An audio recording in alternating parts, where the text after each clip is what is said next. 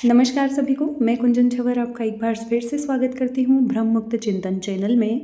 अभी आप चिंतन धारा बुक के ऑडियो सुन रहे हैं जो कि श्री वल्लभ जी माहेश्वरी जी द्वारा लिखित है।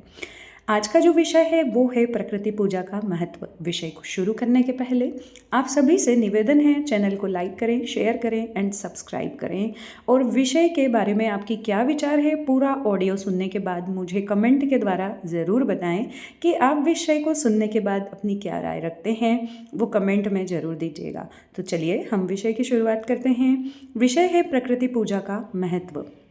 आध्यात्म की भाषा में ईश्वर को पुरुष तथा ईश्वर की माया शक्ति को प्रकृति कहा गया है।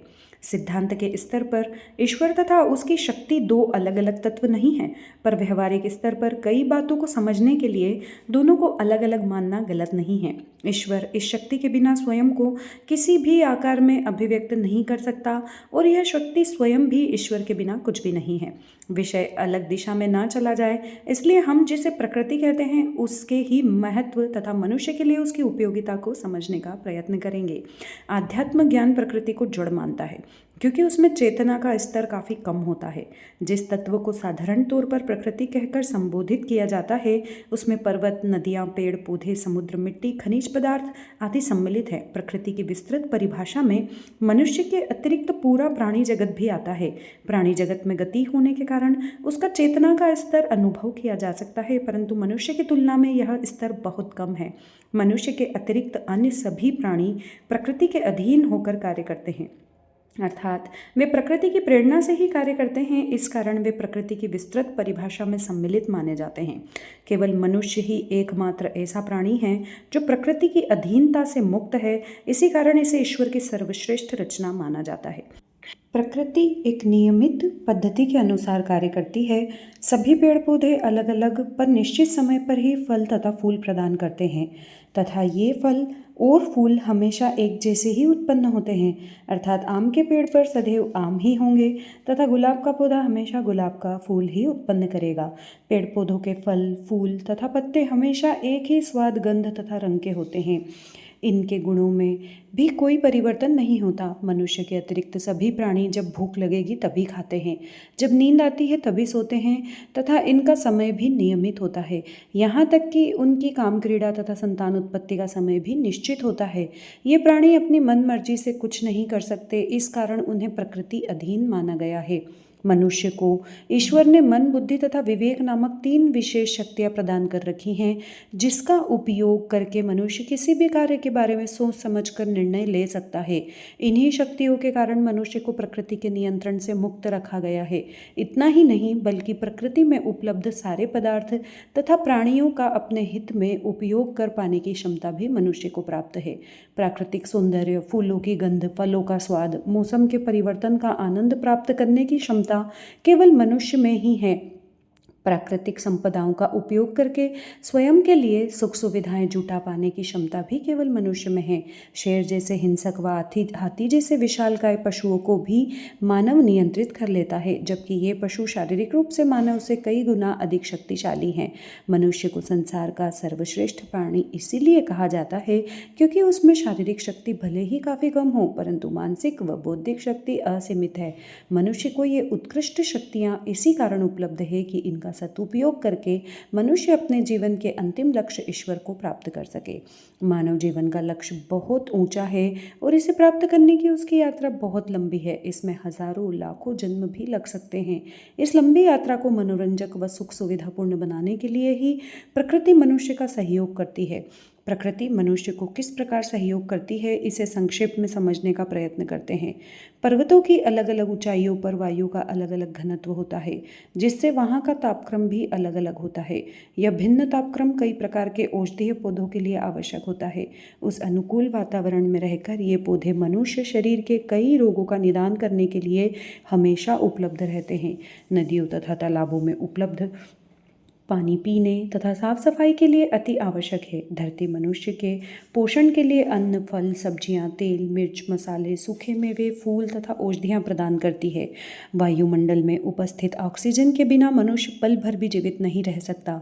मनुष्य ऑक्सीजन का उपयोग करके उसे कार्बन डाइऑक्साइड में बदलकर वायुमंडल में छोड़ देता है और पेड़ पौधे उसी कार्बन डाइऑक्साइड को अपनाकर बनाकर फिर से मनुष्य के लिए उपयोगी ऑक्सीजन में बदल देते हैं। यदि ऐसा न हो पाए तो ऑक्सीजन की मात्रा कम होती जाएगी तथा मनुष्य का अस्तित्व ही समाप्त हो जाएगा। वायुमंडल में उपस्थित ओजोन का आवरण सूर्य से निकली हानिकारक पराबैंगनी किरणों को ऊपर ही सोख लेता है। यदि ये किरणें अल्ट्रावायलेट रेस पृथ्वी तक पहुंच जाए तो मनुष्य कई प्रकार के त्वचा रोगों का शिकार हो सकता है। पृथ्वी के गर्भ में उपस्थित कोयला तथा पेट्रोलियम मनुष्य की ऊर्जा की आवश्यकता की पूर्ति करते हैं। कई प्रकार के खनिज पदार्थ मनुष्य को सुख सुविधा प्रदान करने वाली वस्तुओं के निर्माण के लिए उपयोगी हैं। समुद्र की विशाल जल राशि का एक अंश नियमित रूप से वाष्प बनकर वर्षा के रूप में पृथ्वी पर आता है, जिससे पीने के पानी, अन्न व फल फूलों का नियमित उत्पादन हो सकता है। अन्यथा मानव जीवन संरक्षित नहीं रह पाएगा। कई पक्षी छोटे कीट मकोड़ों को अपना आहार बनाकर अन्न फल फूल आदि के उत्पादन को सुरक्षित कर देते हैं। सांप, बिल्ली, उल्लू आदि चूहों को यदि नियमित आहार न बनाए तो चूहों की संख्या के कारण मनुष्य का जीवित रहना कठिन हो जाएगा। कई पशु जैसे गाय, भैंस, बकरी आदि मनुष्य के लिए उपयोगी तथा उत्तम आहार प्रदान करते हैं और साथ ही साथ घास, चारा, भूसा, खली आदि अनुपयोगी वस्तुओं को अपना आहार बनाते हैं। यदि ऐसा न हो तो मनुष्य के लिए उपयोगी आहार भी न मिल पाएगा तथा अनुपयोगी पदार्थों का अंबार लग जाएगा। गिद्ध मृत पशुओं को मांस खाकर सफाई का उपयोगी कार्य कर देता है। अन्यथा मृत पशुओं के शरीर की दुर्गंध तथा कीटाणु मानव जीवन को संकट में डाल सकते हैं। बड़े तथा मांसाहारी जानवर जैसे शेर, चीता, तेंदुआ आदि छोटे पशुओं को अपना आहार बनाकर उनकी संख्या नियंत्रित करते रहते हैं। अन्यथा इन छोटे पशुओं की बड़ी संख्या के कारण मनुष्य की खेती नष्ट हो जाएगी, उसके लिए आहार का संकट उपस्थित हो जाएगा। इन कुछ उदाहरणों से स्पष्ट हो जाता है कि प्रकृति में उपस्थित सभी पदार्थ तथा प्राणी किसी न किसी प्रकार से ईश्वर की सर्वश्रेष्ठ रचना कहे जाने वाले मनुष्य के जीवन को सुरक्षित तथा संरक्षित रखने में निरंतर सहायता करने में कार्यरत है। इस संक्षिप्त विश्लेषण से यह स्पष्ट हो जाता है कि प्रकृति का प्रत्येक पदार्थ व प्राणी मनुष्य के लिए कितना उपयोगी है।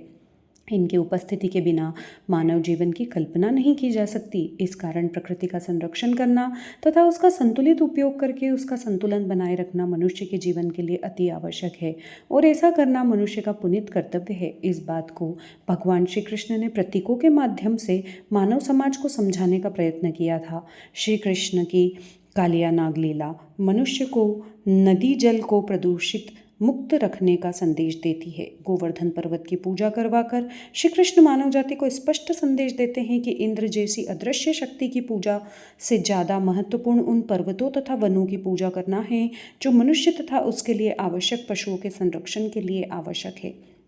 गोवर्धन शब्द का अर्थ ही होता है जो पर्वतीय क्षेत्र गो यानी गाय के संवर्धन में सहायक हो। श्री कृष्ण का एक अति प्रचलित नाम गोपाल है, जिसका अर्थ होता है जो गायों का पालन पोषण करता हो। तुलसी के पौधों को अपना प्रिय पौधा बताकर श्री कृष्ण ने उसे पूजनीय बनवा दिया, क्योंकि तुलसी में अनेक औषधीय गुण हैं। श्री कृष्ण की क्रीड़ा स्थली का नाम ही वृंदावन है। वृंदा यानी तुलसी तथा वन यानी जंगल। अपने जीवन के क्रीड़ा स्थलों को गोकुल, वृंदावन आदि नाम प्रदान करने से यह आभास होता है कि जहाँ पर गोवंश का पालन होता है तथा पेड़ पौधों का संरक्षण होता है, वहीं भगवान निवास करते हैं। शायद बहुत कम ही लोग जानते होंगे कि पशुओं में गाय सबसे अधिक उपयोगी पशु है। गोमूत्र में कीटाणु मारने की अद्भुत शक्ति होती है। मानव शरीर के कई कठिन रोगों में गोमूत्र बहुत उपयोगी पाया गया है। गाय के गोबर में परमाणु विकिरण को सोख लेने की अद्भुत क्षमता होती है। अतः आज तो गोमूत्र तथा गोबर का उपयोग करके कई दवाइयाँ बनाई जा रही हैं जो मनुष्य के कई जटिल रोग दूर करने की क्षमता रखती है। श्री कृष्ण का गो प्रेम या गाय को पूजनीय मानना कोरा पशु प्रेम या अंधविश्वास नहीं है, क्योंकि अनुसंधानों से अब सिद्ध हो चुका है कि गाय मानव के लिए सबसे अधिक उपयोगी पशु है। यदि श्री कृष्ण के स्वरूप को ध्यान से देखा जाए तो पता चलेगा कि उनका स्वरूप ही प्रकृति के महत्व को प्रतिपादित करता है। श्री कृष्ण अपने सिर पर मोर पंख लगाते हैं तथा गाय को हमेशा उनके साथ दिखाया जाता है। यह उनके पशु पक्षी प्रेम का प्रतीक है। उनके हाथ में हमेशा बांस की बांसुरी दिखाई जाती है, जो वन तथा वनस्पति प्रेम का प्रतीक है। उन्हें हमेशा नदी तट पर ही दिखाया जाता है, जो पानी के महत्व का प्रतीक है।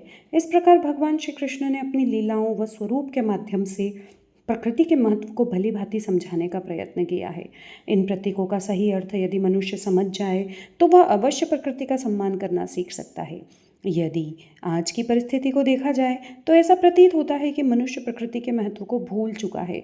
आज विकास के नाम पर अधिकांश नदियों का जल इतना प्रदूषित हो चुका है कि वह पीने योग्य नहीं है। वायुमंडल में प्रदूषण इतना अधिक हो चुका है कि सांस लेने के उपयुक्त शुद्ध वायु का अभाव होता जा रहा है। वनों की कटाई इस हद तक की जा रही है कि मौसम चक्र पर प्रभाव पड़ने लगा है। ओजोन परत को भी नुकसान पहुंच रहा है।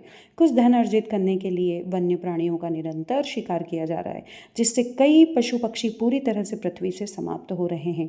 मनुष्य के इन अविवेकपूर्ण कार्यों से प्रकृति का संतुलन बिगड़ रहा है।